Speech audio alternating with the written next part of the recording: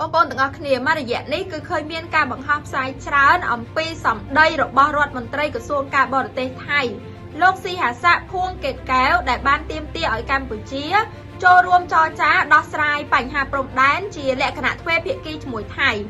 ដោយមិនចង់ឲ្យកម្ពុជាយើងយករឿងនេះទៅប្រាប់អន្តរជាតិដោយកាលពីនៅក្នុងមហាសន្និបាតអង្គការសហប្រជាជាតិទេបើសិនជាថៃចង់បានបែបហ្នឹងថៃគួរតែគោរពទៅតាមកិច្ចព្រមព្រៀងទ្វេភាគីដែលបានព្រមព្រៀងគ្នារវាងកម្ពុជាហើយនិងថៃមិនមែនព្រមព្រៀងជាមួយកម្ពុជាយើងផ្សេងហើយទង្វើដែលថៃធ្វើវាផ្សឹងនឹងទេជាការពិតណាស់នៅពេលដែលមានបទឈប់បាញ់កម្ពុជាយើងធ្លាប់បានព្យាយាមសម្របសម្រួលជាមួយនឹងភាគីថៃជាច្រើនលើកច្រើនសារដើម្បីឲ្យបទឈប់បាញ់សម្រេចបានសន្តិភាពពេញលេញទៅដល់ប្រទេសទាំងពីរតាមរយៈការបង្កើតកិច្ចព្រមព្រៀងនៅក្នុងកិច្ចប្រជុំ GBC, JBC និង RBC ហើយមិនតែប៉ុណ្ណោះទេកម្ពុជាយើងក៏តែងតែសង្កត់ធ្ងន់ដដែលអំពីការគោរពអនុស្សរណៈនៃការយោគយល់គ្នាដែលមានចាប់តាំងពីឆ្នាំ2000មកពោលគឺ MOU 2000ប៉ុន្តែសួរថាតើភាគីថៃធ្លាប់បានអនុវត្តកិច្ចព្រមព្រៀងនេះម្ដងណាទេចម្លើយនោះគឺទេ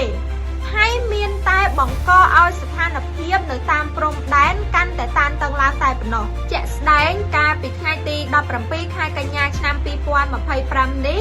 នៅភូមិជោគជ័យនិងភូមិព្រៃច័ន្ទខេត្តបន្ទាយមានជ័យនៃប្រទេសកម្ពុជាថៃបានដាក់ពង្រាយកងទ័ពហើយបានរាយបន្លាលួសគាត់យកដីផ្ទះប្រជាពលរដ្ឋខ្មែរដែលរស់នៅទីនោះរាប់សិបឆ្នាំមកហើយថែមទាំងប្រើប្រាស់ច្បាប់ថៃដោយប្រើអំពើហិង្សាមកលើប្រជាពលរដ្ឋខ្មែរយើងថែមទៀតលើពីនេះទៅទៀតថៃក៏បានគូសខ្សែបន្ទាត់ព្រំដែនដោយខ្លួនឯងដើម្បីទាមទារយកតំបន់នៅតាមព្រំដែនដែលមានប្រជាជនខ្មែរយើងរស់នៅតាំងពីមុនមាន MOU ឆ្នាំ2000ហើយថៃព្រមទាំងបានបើកការបាញ់ប្រហារមកលើកម្ពុជាយើងកាលពីថ្ងៃទី27ខែកញ្ញាឆ្នាំ2025ថ្មីនេះទៀតផងប៉ុន្តែកម្ពុជាយើងសុខចិត្តគោរពទៅតាមបទឈប់បាញ់ហើយអត់ទ្រាំនឹងទង្វើរបស់ថៃនិងរងចាំការចរចាទាំងនេះបញ្ជាក់ថាថៃទៅវិញទេដែលមិនគោរពទៅតាមអ្វីដែលបានចរចាទ្វេភាគី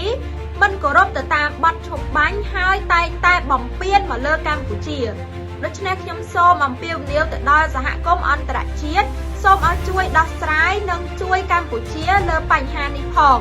កម្ពុជាតែងតែអនុវត្តបានយ៉ាងជាប់ខ្ជួនបំផុតទៅលើបទឈប់បាញ់ហើយកម្ពុជាក៏មិនដែលទៅបំពានអ្នកណាមុនដែរ